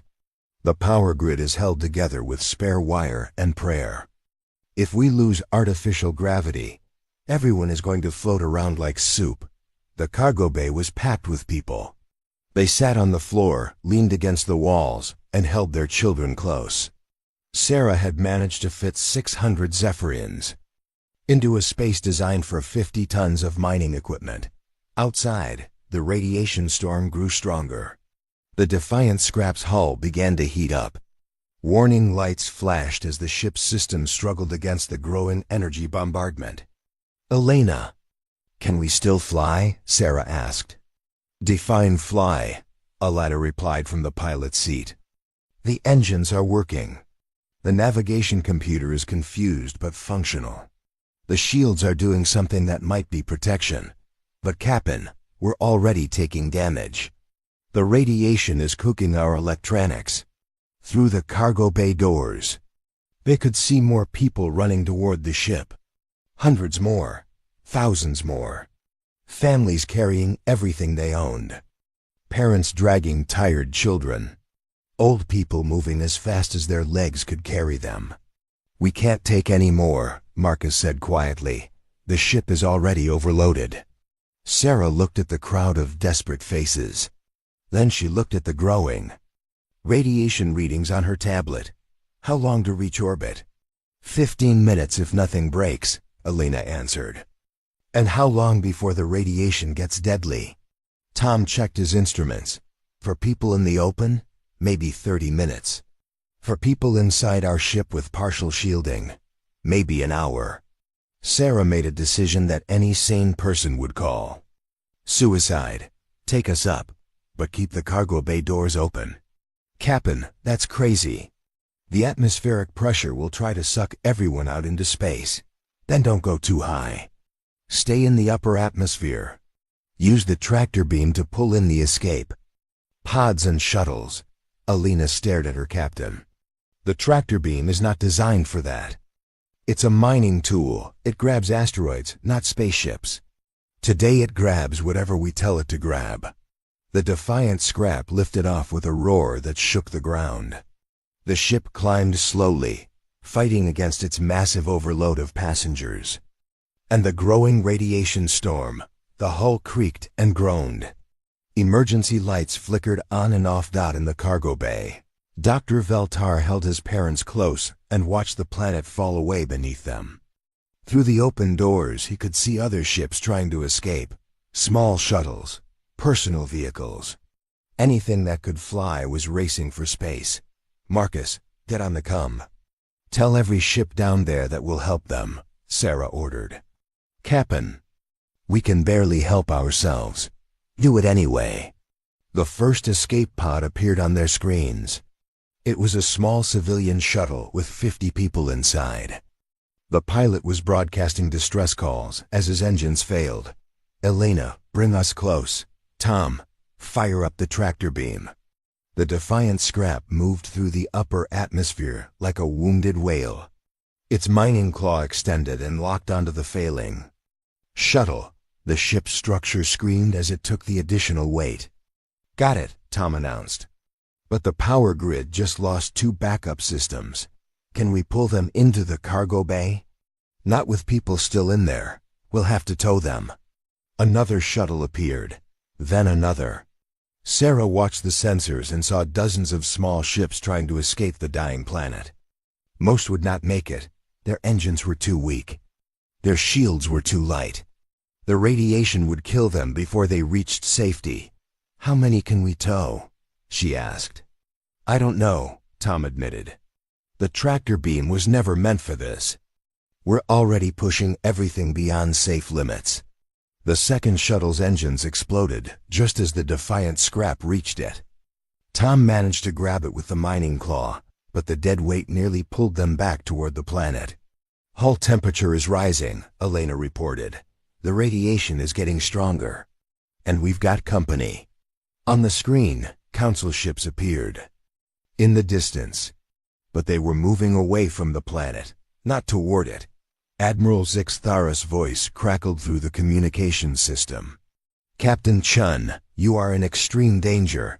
Withdraw to minimum safe distance immediately." "Negative. Admiral, we're busy. Your ship cannot survive this radiation level. You will all die." Sarah looked around the cargo bay at the hundreds of faces watching her. Men, women, children, elderly people. All of them trusting her to somehow get them to safety. "Maybe," she replied, but not without trying. A third shuttle appeared on the sensors. This one was larger, carrying over 100 people. But its life support was failing, and its hull was cracking under the radiation bombardment. Tom was on his hands and knees, welding power connections while the ship flew through the storm. Elena fought the controls as the overloaded vessel struggled to stay in the air. Marcus coordinated rescue signals from a dozen different sources. The radiation grew stronger. The temperature rose. Warning alarms screamed constantly now, adding their voices to the chaos. But the defiant scrap did not retreat. It moved through the storm like an angry beast, grabbing every ship it could reach and pulling them toward the thin hope of survival. In space, the Council ships watched in amazement and terror as the impossible rescue continued. They should be dead already, Admiral Zix Thara whispered. Her sensor officer checked his readings twice before speaking. Admiral, their hull temperature is beyond anything our ships could survive. Their radiation exposure is fatal. They should not be able to function. But on the screens, the ugly human ship continued its work. Slow and determined, and apparently too stubborn to die, the Zephyrians began to understand something about these strange aliens. They were not just dangerous because they had weapons or technology. They were dangerous because they refused to accept that anything was impossible. The defiant scrap limped through space like a wounded animal dragging its prey to safety. Behind it, 12 shuttles and escape pods hung from tractor beams and mining claws. Inside its cargo bay, 800 Zephyrians breathed recycled air and prayed to gods they were not sure existed anymore. Tom crawled through the engine room with a welding torch in one hand and a prayer in his heart. Coolant leaked from cracked pipes. Electrical cables sparked and smoked. The radiation had cooked half their systems, but somehow the ship still flew. "How are we doing back there?" Sarah called through the intercom. "We're held together by stubbornness and spite," Tom replied, sealing another crack in the hull. "The main engines are running at 200% of safe capacity. The life support is working on 5 different backup systems. And something in the cargo bay is definitely on fire. Can you put it out?" "I'm trying, but I only have 2 hands." Dr. Veltar stood up from where he'd been sitting with his parents. "I can help," he said in broken human English. "I am scientist. I understand machines." Tom looked at the blue-skinned alien and nodded. "Grab that fire extinguisher, the red cylinder, and try not to breathe the smoke." Working together, they fought the small fires that bloomed throughout the ship. Veltar learned that humans built their machines differently. Where Zephyrian technology was elegant and efficient, human technology was tough and redundant. Every system had a backup. Every backup had a backup. When those failed, the humans just welded new parts onto the old ones. "Your ship should not work," Veltar said as they patched a hole in the oxygen recycler. "Most days it doesn't," Tom replied. "But it's too stupid to know when to quit." On the bridge, Elena fought to keep them on course. The ship's navigation computer had been fried by radiation, so she was flying by instinct and stubbornness. The rescued shuttles dragged behind them like a chain of children following their mother. "Sarah, we've got a problem," Marcus called from his station. One of the shuttles we're towing just lost life support. 80 people on board. They've got maybe 10 minutes of air left. Sarah looked at the tactical display. The shuttle was damaged and too far away to bring into the cargo bay. But she could see another option. "Elena, can you put us into a spin? Make the tractor beam swing that shuttle around to our port airlock?" "That's a crazy idea, Captain. The stresses could tear us apart." "Tom, can the ship handle it?" Tom's voice came through the speakers, tired but determined. "Probably not. But let's try anyway." The defiant scrap began to rotate slowly on its axis. The rescued shuttles swung out like beads on a string. The damaged shuttle moved closer to the main ship, but the maneuver put enormous stress on the tractor beam systems. Warning alarms screamed as metal bent beyond its limits. But somehow, The shuttle reached the airlock. Sarah suited up and went outside to manually connect the two ships. In the vacuum of space, with radiation cooking the metal around her, she welded an emergency seal between the shuttle and her ship. 80 more people crawled through the connection into the overcrowded cargo bay. "How many people do we have now?" she asked when she got back inside. Marcus counted quickly. "About 1,500. Maybe more. They're packed in there like cargo." 1,500 people in a ship designed for a crew of 4. But they were alive. Behind them, the planet Kepler 442b died in fire.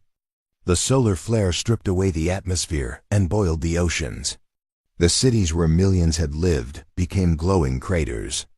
In a few hours, the world went from a garden to a wasteland.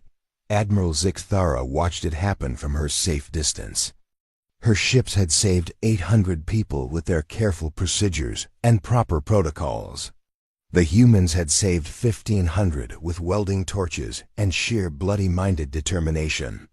"Admiral," her communication officer said quietly, "the human ship is broadcasting again." Sarah's voice filled the council bridge, but this time she was not talking to them. She was broadcasting on all emergency frequencies, sending a message out into the galaxy. "This is Captain Sarah Chun of the Defiant Scrap. We just pulled 1,500 people off a dying world. The Galactic Council saved 800.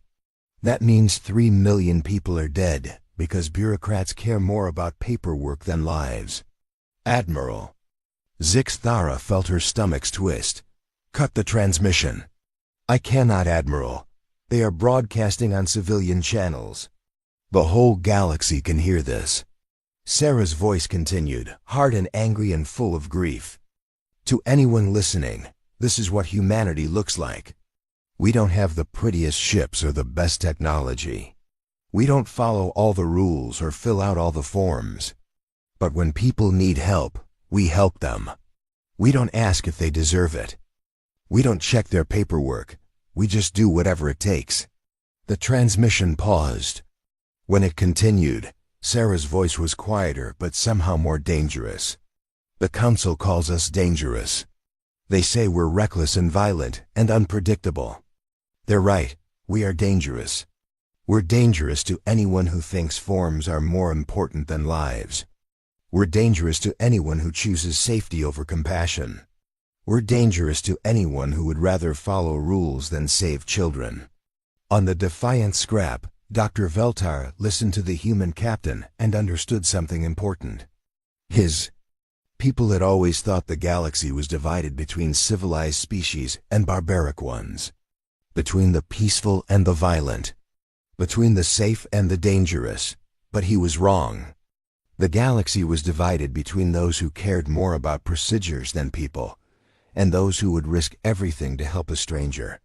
The humans were dangerous, yes, but they were dangerous in the way a parent was dangerous when protecting their child. Dangerous in the way a friend was dangerous when defending someone they loved. Dangerous in the way that good people became dangerous when faced with evil. Sarah's broadcast ended with words that would spread across the galaxy and change how every species looked at humanity. "This is the human ship Defiant Scrap, carrying 1,500 survivors of Kepler 442b. We are heading for the nearest safe harbor. Our engines are failing. Our hull is cracked. Our life support is held together with wire and hope.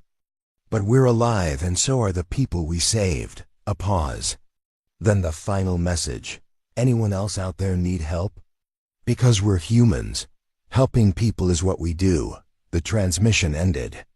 In the silence that followed, Admiral Zixthara realized that everything had changed. The Council had rules and procedures and perfect safety records. But the humans had something more important. They had hearts that refused to let strangers die. And that made them the most dangerous species in the galaxy. The Defiant Scrap limped towards safety, carrying its impossible cargo of survivors.